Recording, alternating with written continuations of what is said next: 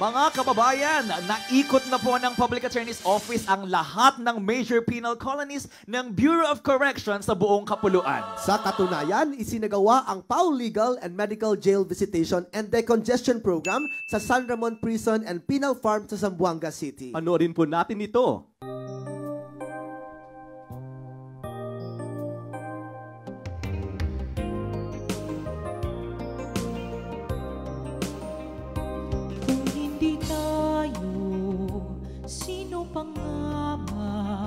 Bayang Pilipinas, pagkaganda, magmamahal at kakalinga.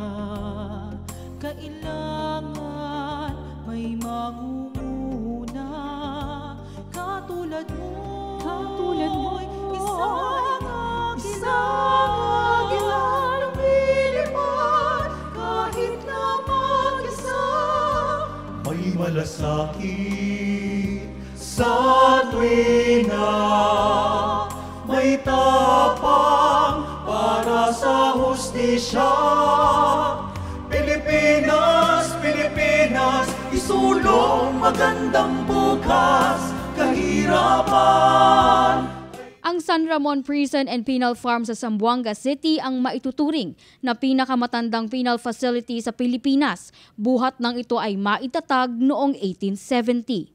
Sa kasalukuyan, nasa 1,080 hectares ang lawak ng nasabing penal farm at as of July 8, 2024, ang kabuuang bilang ng mga persons deprived of liberty o PDLs na nakakulong dito ay nasa 3,817 at 142 rito ay mga senior citizens. Kamakailan lamang ay binisita ito ng Public Attorney's Office sa pangunguna ng ating hepe, PAW Chief Persida Acosta. Bahagi na rin ng pagsunod nila sa mandato ng ating gobyerno at DOJ. Sa kanilang pagdalaw ay hatid nila ang free legal consultation at medical mission.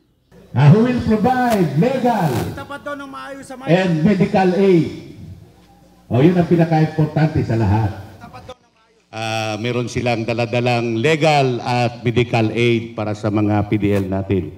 Through the initiative of the Public Attorney's Office, headed by Dr. Persida Rueda Acosta.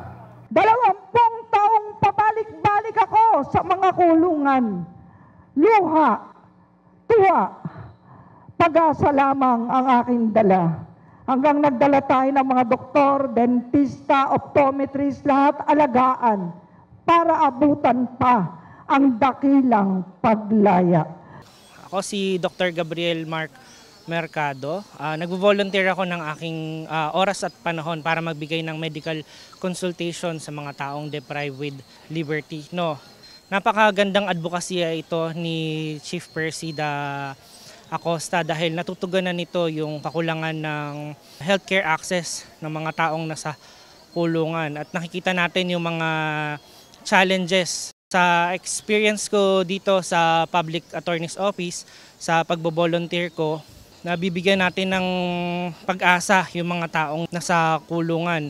Pinakalayunin ng proyektong ito na PAW Legal Medical Jail Visitation and Decongestion Program na pangunahing matulungan ang ating mga PDLs na makalaya na at magkaroon ng isa pang pagkakataon na mamuhay ng matiwasay at payapa sa labas ng kulungan.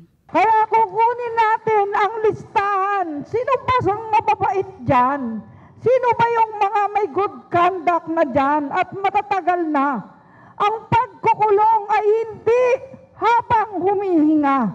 Ang pagkukulong ay may hangganan sapagkat ang kapatawaran ng Ama sa Langit ay may hangganan.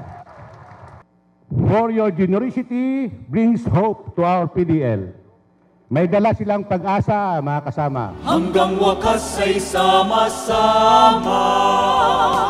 Pilipinas, Pilipinas, isulong magandang bukas. Kahirapan ay magwawakas upang kaunlaray malasap.